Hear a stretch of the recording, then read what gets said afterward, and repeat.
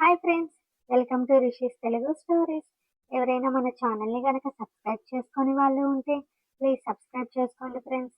అలానే స్టోరీ నచ్చితే తప్పకుండా లైక్ చేసి హైప్ కూడా చేయండి ఫ్రెండ్స్. ఇక స్టోరీలోకి వెళ్ళిపోదాం. రామ్ అవని ఎపిసోడ్ నెంబర్ 121. బిడ్డ ఏడుపు విని అందరూ సంతోషంగా పండుగ వాతావరణంలో ఉన్న అవనిని తన కళ్ళతో చూసుకున్నాకే ఏ సంతోషమైనా అతనిని చేరుతుందని ఆమె కోసం ఎదురు చూసే అతని కళ్ళే తెలుపుతున్నాయి. 5 నిమిషాల తరువాత సిస్టర్ బేబీని తీసుకొచ్చి డోర్ ముందే ఉన్న రామ్ చేతిలో పెడుతూ బేబీ బాయ్ సార్ అని చెప్పడంతో తను ఎలా ఉంది అన్నాడు కంగారుగా రామ్. షీఈస్ ఆల్ రైట్, ఇంకో గంటలో తనని బెడ్కి షిఫ్ట్ చేస్తారు అని సిస్టర్ చెప్పిన మాటలు విని ఓపెన్ అయిన డోర్ నుంచి అవనిని చూశాక కానీ అతని మనసు స్థిమితపడలేదు. వెంటనే కొడుకు ఏడ్చిన ఏడుపుకి అవని ధ్యాస వదిలి చేతిలోని కొడుకుని చూశాడు. తన 2 చేతులలో బిగ్గా బుడ్డగా ఉన్న బుడ్డోడిని చూశాక రామ్ పెదవులపై అందమైన నవ్వు చేరింది.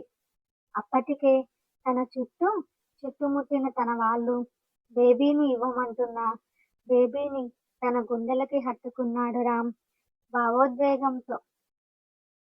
తమ ప్రేమకు ప్రతిరూపం తమ ఇద్దరి కణాలు కలిసి పుట్టిన తన బిడ్డని చూసి చెప్పలేని ఆనందం అతనిలో. రామ్ని చూసి చూసి ఎంతసేపటికి బాబుని ఎవరికీ ఇవ్వకపోవడంతో ఒక్కటేసి శారద రామ్ చేతిలోని బాబుని తీసుకుంది. దాంతో అక్కడే ఉన్న శరత్ని హత్తుకున్నాడు రామ్. తండ్రిగా అయిన క్షణం అతను ఏం ఫీల్ అవుతున్నాడో ఒకప్పుడు తన తండ్రి కూడా అదే ఫీల్ అయి ఉంటాడని అర్థమైంది రామ్కి. శరత్ ప్రేమగా కొడుకు వెన్ను నిమురుతూ దూరం జరగకుండా అలాగే ఉండిపోయారు. శివ్, తమ్ముడే చూడు అంటూ వాణి అనడంతో తన చిన్ని కళ్ళతో తనకన్నా చిన్నగా ఉన్న తమ్ముడిని చూసి నోరు మొత్తం తెరిచి నవ్వుతున్న శివ్ని చూడగానే ప్రసాద్కి తన కొడుకు గుర్తుకొచ్చి మనసు భారంగా అయ్యింది. అందరూ సంతోషంగా నవ్వుతూ బాబు ఎవరి పోలికో చెప్పడంలో బిజీగా ఉంటే ప్రసాద్ చిన్నికి ఫోన్ చేయాలనుకున్నాడు కానీ క్లాస్లో ఉంటుందేమో అని మెసేజ్ పెట్టాడు. సుజాత మాత్రం బాలుకి ఫోన్ చేసి చెప్పడంతో బాలు రామ్కి వెంటనే ఫోన్ చేశాడు. హలో బావా, అక్కకి ఇప్పుడు ఎలా ఉంది? డెలివరీ అయిపోయిందా అన్నాడు బాలు కంగారుగా. బాలు, బాబు పుట్టాడు అని రామనడంతో కంగ్రాట్స్ బావా అని పెద్దగా అరిచి నవ్వుతూ అప్పుడు చుట్టూ తననే చూస్తున్న స్టాఫ్ని చూసి ఐఎమ్ సారీ అంటూ అక్కడి నుంచి బయటకు వెళ్ళాడు బాలు. అక్కకి ఎలా ఉంది ఇప్పుడు అని బాలు అడగడంతో బాగుందిరా, ఇంకాసేపట్లో రూమ్కి షిఫ్ట్ చేస్తారు అని రామ్ చెప్పడంతో వెంటనే వీడియో కాల్ చేశాడు బాలు. రామ్ నవ్వుతూ ఫోన్ లిఫ్ట్ చేసి బాబుని చూపించడంతో నా అల్లుడంతా అక్క ప్రింట్ దిగేశాడుగా అని బాలు నవ్వుతూ వీడియో కాల్లో కనిపిస్తున్న బాబుని స్క్రీన్ షాట్ తీసుకొని చిన్నికి వెంటనే పిక్ని సెండ్ చేశాడు. కొన్ని బంధాలు చాలా విచిత్రమైనవి. మనవాళ్ళే మనల్ని తప్పుగా అనుకుంటారు. అవసరమైనప్పుడు చేరదీయరు. సంతోషంగా ఉన్నప్పుడు మన దగ్గర డబ్బులు ఉన్నప్పుడు ఎవరైనా తోడు ఉంటారు కానీ కష్టాల్లో అండగా నిలిచి తమని ప్రేమగా పలకరించే రామ్ అవని అన్న వాళ్ళ కుటుంబం అన్న బాలుకి అభిమానం దూరం కాని అనుబంధంగా మారిపోయారు. కాసేపు రామ్తో మాట్లాడి కాల్ కట్ చేసి ఈవినింగ్ స్టార్ట్ అవ్వాలని అనుకున్నాడు కానీ చిన్నికి మాత్రం కుదరలేదు. అవనిని బెట్టి మార్చిన వెంటనే అవని దగ్గరకు వెళ్ళాడు రామ్. అతను అవనిని హత్తుకునేలోపే బాబెక్కడా అంటూ ఆమె ఆత్రంగా బయటకు చూడడం చూసి అతని మనసు ఒక్క క్షణం చాలా లోతైన బాధకు గురైంది. కానీ వెంటనే సర్దుకుంటూ అమ్మ వాళ్ళు తీసుకొస్తున్నారని ఆమె నుదుటిపై ముద్దు పెట్టి ఎలా పడితే అలా ఉన్న హెయిర్‌ని చేత్తోనే నీట్‌గా సర్దుతూ ఆమె తలపై మళ్ళీ ముద్దు పెట్టి అలాగే ఉండిపోయాడు రామ్. భయపడ్డావా? అని రామ్ చేతిని పట్టుకుంది అవని. నో, భయం కాదే, నిన్నలా చూడలేక బాధగా ఉంది అన్నాడు రామ్ చిన్నగా. కానీ నేను మాత్రం చాలా భయపడ్డారా, ఎక్కడ నీకు దూరం అయిపోతానో, మన బిడ్డని వదిలేస్తానో అని అంటున్న అవనిని చూసి, నీ మెంటల్ దానా, అవన్నీ ఆలోచించకే, ఇప్పుడు టెక్నాలజీ చాలా మారిందని ముందే చెప్పాగా అని రామ్ అరుస్తున్నంతలోనే లక్ష్మి బాబుని తీసుకొని రావడంతో పక్కకి జరిగాడు రామ్. బిడ్డకి పాలు పట్టు అవని అంటూ లక్ష్మి అనడంతో శారద బ్యాగ్లో క్లాత్ తీసుకొని అవని తలకి కట్టింది. అందరూ ఓసారి అవనిని చూసి బాబుకి పాలు పట్టించాలనడంతో బయటకు వెళ్ళిపోయారు. మరుసటి రోజు ఉదయమే అవని నార్మల్గా ఉంది అనడంతో డిశ్చార్జ్ చేసుకొని బాబుని అక్కడే ఉన్న డాక్టర్ దగ్గర చెక్ చేయించి వ్యాక్సిన్ చేయించుకొని ఇంటికి తీసుకెళ్లారు రామ్ వాళ్ళు. అవనికి తోడుగా మనిషి ఉండాలని, కొన్ని నెలలు కింద రూమ్లో ఉండాలని అత్త అమ్మ గట్టిగా ఆర్డర్ వేయడంతో నోరు తెరవలేకపోయాడు రామ్. నువ్వు వెళ్ళి రా బాలు, నేను ఉంటాను అంది చిన్ని.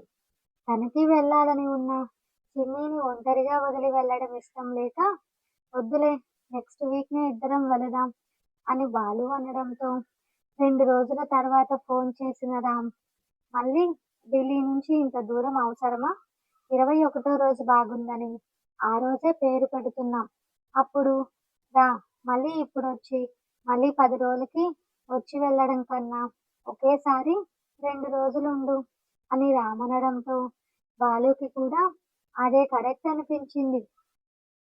రోజు రాత్రిలో అందరినీ జాగారం చేయించడం బాబు డ్యూటీ అయితే, మధ్యాహ్నం అవని నిద్రపోకుండా కాచుకొని ఉండడం శారదకి లక్ష్మికి పెద్ద తలనొప్పి అయిపోయింది.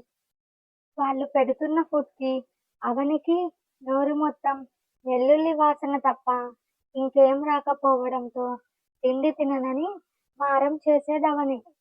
ఆ టైంలో ఏడవకూడదు, అరవకూడదే అని లక్ష్మీ శారద నెత్తి నోరు కొట్టుకున్నా వినని అవని, బాబుకి పాలివ్వాలంటే ఇప్పుడు నువ్వు వాళ్ళు పెట్టిందే తినాలి, లేదంటే ఫార్ములా మిల్క్ యూజ్ చేద్దామని రామ్ సీరియస్గా చెప్పడంతో రామ్తో కూడా మాట్లాడడం ఆపేసి వాళ్ళు ఏం పెట్టినా ఎంత పెట్టినా కాదనకుండా తినేది అవని. రామ్తో పాటు లక్ష్మీ శారద మీద కూడా మౌన దీక్ష చేసింది. అవని మాట్లాడకుండా ఉండడం తనకి పెద్ద పరీక్షే. ఆమెతో 5 నిమిషాలు కూడా మాట్లాడడానికి లేకుండా ఎక్కువ సమయం బాబు ఉంటే, మిగిలిన సమయంలో ఇంట్లో వాళ్ళెవరో ఒకరు ఉంటూ ఓపికకి పరీక్ష పెట్టారు కొన్ని రోజులు. పగలెక్కువ నిద్రపోతూ రాత్రికి జాగారం చేసే కొడుకుని చూసి తన చేతులతో ఎత్తుకొని హాల్లోకి తీసుకెళ్లాడు రామ్. మీరు కాసేపు పనుకోండి, ఈరోజు ఆయన చూసుకుంటారులే అంది అవని శారదా లక్ష్మిలకి చెబుతూ ఎటో చూస్తూ. ఇద్దరూ అవనిని చూసి మూతి తిప్పుకొని పనుకుంటే హాల్లోకి వెళ్లకుండా మొండిగా రూమ్లోనే కూర్చుంది అవని. అరగంట అయినా రామ్ రాలేదు. బాబు ఏడుపు వినిపించకపోవడంతో బెడ్ దిగి డోర్ దగ్గరకు వెళ్ళి నిలబడి చూసింది అవని. తన గురించే బాబుకి రామ్ చాడీలు చెబుతుంటే అవన్నీ వింటూ అవని చిన్నగా నవ్వుకుంది. తండ్రి చేతిలో ఉన్నంత వరకు సైలెంట్గా ఉన్న బాబు దివానా మీద వదలడంతోనే తన ఏడుపు మొదలు పెట్టడంతో ఓ నాన్న అంటూ మళ్ళీ రామ్ ఎత్తుకోవడంతో వెంటనే ఏడుపు ఆపేశాడు బాబు. ఎంతసేపని ఇలా ఎత్తుకోవాలిరా నిన్ను అని కొడుకుని అరిచి అలాగే ఎత్తుకున్నాడు రామ్. మరో అరగంట అలాగే ఉండి ఇంకా రామ్ని విసిగించడం ఇష్టం లేక హాల్లోకి వెళ్ళి బాబుని తీసుకుని పాలు పట్టింది అవని. రామ్ నేలపై చాప వేసి దిండు వేసుకోవడం చూసి నువ్విక్కడే పనుకో, నేను లోపలికి వెళ్ళిపోతాలే అంది అవని. వాడిప్పుడల్లా నిద్రపోడు కదా, ఇక్కడుంటే నేనైనా చూసుకుంటా అని రామనడంతో అవని సైలెంట్ అయిపోయింది. పాలు తాగేసి మళ్ళీ బాబు ఆటలు మొదలు పెట్టడంతో నువ్వు పనుకోవే, నేను చూసుకుంటా, మళ్ళీ రేపంతా తూగుతూనే ఉంటావు అని రామంటున్నా చాలా రోజుల తర్వాత అతనితో ఉన్న ఆ సమయంలో నిద్ర రాలేదు అవనికి. రామ్నే చూస్తూ అతను చూసినప్పుడు తన తల తిప్పుకుంటున్న అవని చేతిని పట్టుకొని బ్లీడింగ్ హెవీగా అవుతుందా అన్నాడు రామ్. లేదు, ఫస్ట్ వీక్ మాత్రమే అలా అయ్యింది, మళ్ళీ నార్మల్ అయిపోయింది. ఇంకా ఎన్ని రోజులు అవుతుందో అని పొట్టకి కట్టి ఉన్న క్లాత్ని విప్పేసింది అవని. నేను బెల్ట్ ఆర్డర్ చేశాను, ఫంక్షన్ అయిపోయాక అది యూజ్ చేయి, నీకు కంఫర్ట్గా ఉంటుంది అంటున్న రామ్ని చూసి సరే అన్నట్లుగా తలూపింది అవని. అవని పక్కనే బాబుని వదిలి ఆమె తల నిమురుతూ ఏదైనా ప్రాబ్లం ఉంటే చెప్పే, నేను నీ దగ్గర ఉంటే నువ్వు చెప్పకపోయినా అర్థం చేసుకుంటాను, కానీ ఇప్పుడు అత్త అమ్మ వాళ్ళు ఉండనివ్వడం లేదు అన్నాడు రామ్. ఏం లేదు బాబు, ఉంటే చెప్పేదాన్ని కదా అంటున్న అవనితో మాట్లాడుతూ కొడుకుతో మాటలు చెబుతూ ఉదయం 3 దాటాక బాబు నిద్రపోవడంతో అవని కూడా నిద్రకు తూగడం చూసి ఆమె తల నిమురుతూ నిద్రపోయాక ఆమె నుదుటిన ముద్దు పెట్టి అవని పక్కనే ఉన్న కొడుకుని తన పక్కన పెట్టుకొని నిద్రలోకి జారిపోయాడు రామ్.